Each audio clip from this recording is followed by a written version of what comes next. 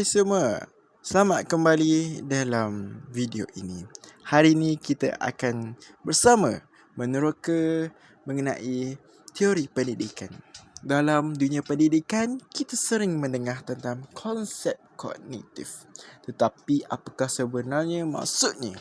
Bagaimana konsep ini mempengaruhi cara kita mengajar dan belajar? Mari kita terokai bersama. Sebelum itu, kita kena tahu apa itu psikologi pendidikan. Psikologi pendidikan adalah cabangan psikologi khusus dalam memahami pengajaran dan pembelajaran dalam persekitaran pendidikan. Ia adalah disiplin yang mementingkan proses pengajaran dan pembelajaran yang mengaplikasi kaedah dan teori psikologi pendidikan dan mempunyai kaedah tersendiri juga. Oleh itu, dalam dunia pendidikan, kita sering mendengar tentang konsep kognitif. Tetapi, apakah sebenarnya maksudnya? Bagaimana konsep ini mempengaruhi cara kita mengajar dan belajar? Mari kita terokai bersama. Konsep kognitif merujuk kepada proses mental yang terlibat dalam memahami, mengingati, menganalisis dan mengolah maklumat. Ia melibatkan pelbagai fungsi otak seperti perhatian, persepsi, memori, pemikiran kritis dan penyelesaian masalah. Tambahan pula, penyelesaian masalah dalam konteks teori kognitif sering melibatkan beberapa strategi untuk mengoptimalkan cara seseorang memproses informasi. Contohnya, pemikiran kreatif dalam konteks teori kognitif merujuk kepada kemampuan untuk menghasilkan idea baru atau menyelesaikan masalah dengan cara yang tidak konvensional. Ia melibat proses mental yang memungkinkan individu untuk melihat sesuatu dari sudut pandangan yang baru, menggabungkan maklumat yang tidak berkaitan dan menghasilkan penyelesaian yang inovatif. Dalam pengajaran dan pembelajaran, proses kognitif ini membantu pelajar memahami dan mengaplikasikan ilmu yang dipelajari. Tanpa proses kognitif yang efektif, pembelajaran mungkin tidak dapat dicapai dengan baik. Oleh itu, ada beberapa teori yang menerangkan bagaimana kita berfikir dan belajar. Misalnya, teori perkembangan kognitif oleh Jean Piaget yang menyatakan bahawa kanak-kanak berkembang melalui peringkat berbeza dalam memahami dunia sekitar. Manakala Levosky menekankan pentingnya interaksi sosial dan konteks budaya dalam perkembangan kognitif.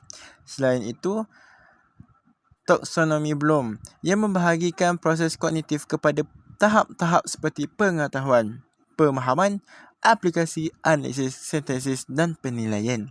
Semua ini membantu kita merancang pengajaran yang lebih berkesan. Seterusnya, kepentingan konsep kognitif dalam pengajaran dan pembelajaran sangat besar. Pertama, ia membolehkan guru merancang aktiviti yang menggalakkan pelajar berfikir secara mendalam.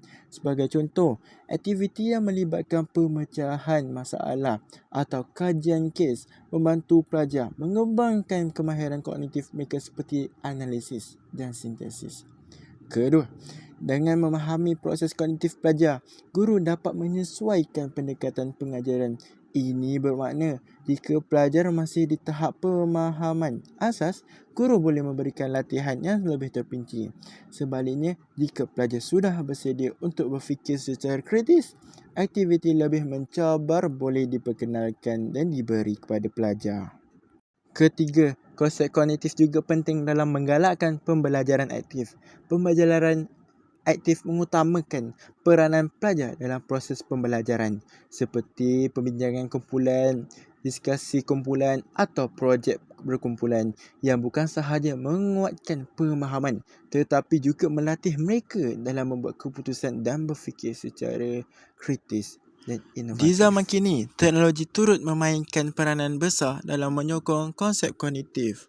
Dengan menggunakan teknologi, pelajar dapat mengakses pelbagai bahan pembelajaran dari video interaktif hingga perisian pembelajaran yang merangsangkan pemikiran kritis dan kreatif. Kesimpulannya, konsep kognitif adalah asas kepada pengajaran dan pembelajaran yang berkesan. Dengan memahami bagaimana pelajar berfikir memproses maklumat, guru dapat menyediakan pengalaman pembelajaran yang lebih mendalam, bermakna dan memotivasi. Terima kasih kerana menonton. Jangan lupa untuk like, komen dan subscribe untuk lebih banyak video pembelajaran. Sehingga kita bertemu lagi. Bye.